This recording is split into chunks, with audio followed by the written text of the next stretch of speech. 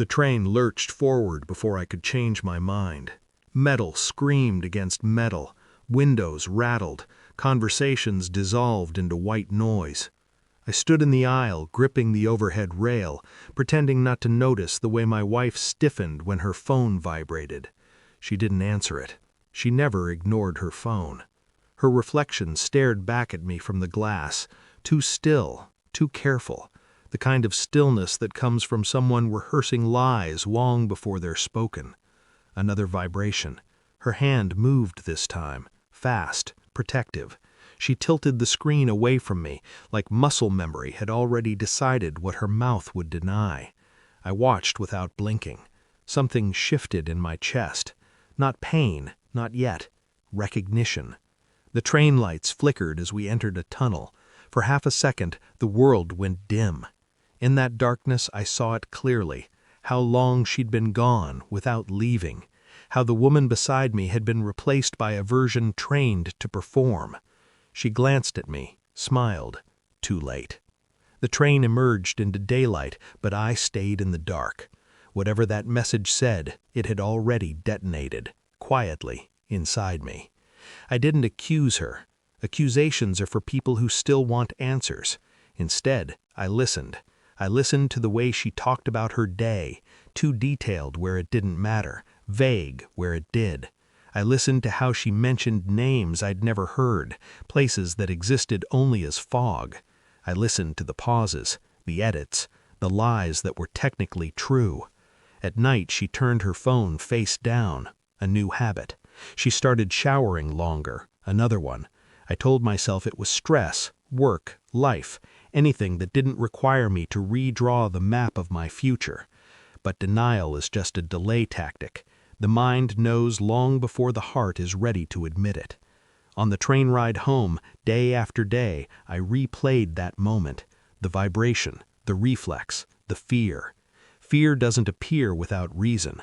I noticed how she no longer met my eyes when she laughed, how intimacy became scheduled, careful, transactional, how she spoke my name like it belonged to someone else.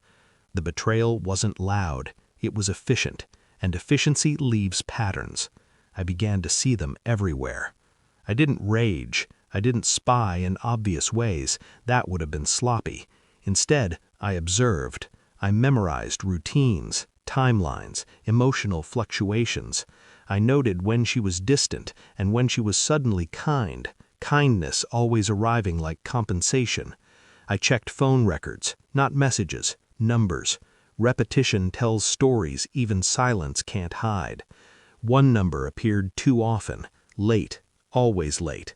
I watched her pack for work trips with unnecessary care. New clothes, new perfume, a version of herself I hadn't been invited to meet. At home, I remained unchanged, calm, present, predictable.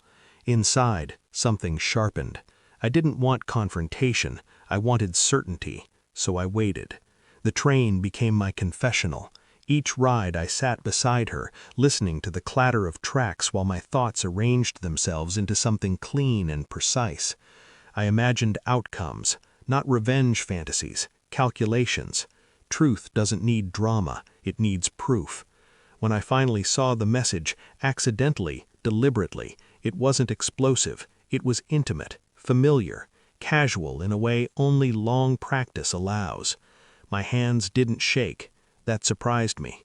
What shook was the last fragile illusion that she might still be the person I married. The confirmation came quietly. A receipt she forgot to delete. A date that didn't match her story. A place she'd sworn she'd never been. It all aligned. I printed the evidence. Paper feels heavier than screens, more final. That evening, I placed the pages on the table between us, like a neutral third party. I didn't raise my voice.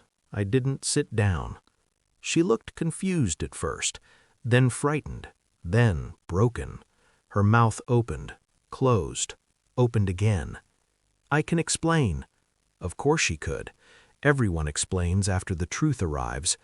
I asked one question, just one. How long? She cried. That was her answer. I watched the woman I thought I knew collapse under the weight of her own construction. The lies had been holding her up. Without them, there was nothing solid left. I felt nothing. That was the most unsettling part. I didn't scream, I didn't threaten, I didn't beg. I informed. I told her I had already spoken to a lawyer, that the accounts were separated, that the story she'd been living would end quietly, without spectacle. She begged then, not for forgiveness, for time, for mercy, for control. I denied her all three. I told her the truth she feared most, that I had seen her clearly on that train, long before she ever confessed, that every affectionate gesture since had been observed, catalogued, stripped of meaning. Her tears intensified when she realized this wasn't punishment, it was consequence. I stood to leave. She reached for me. I stepped back. The distance mattered. Now, when I ride the train alone, the silence feels earned. I don't replay her apologies. I don't imagine alternate endings. I don't miss the woman beside me, because she never existed the way I believed she did. What I lost was an idea. What I gained was clarity. She's living with the aftermath now, the truth exposed, the life recalculated, the mask permanently cracked. As for me, I learned something essential on those tracks. Betrayal doesn't break you. It reveals what you're capable of surviving. And once you know that, you never sit beside a lie again.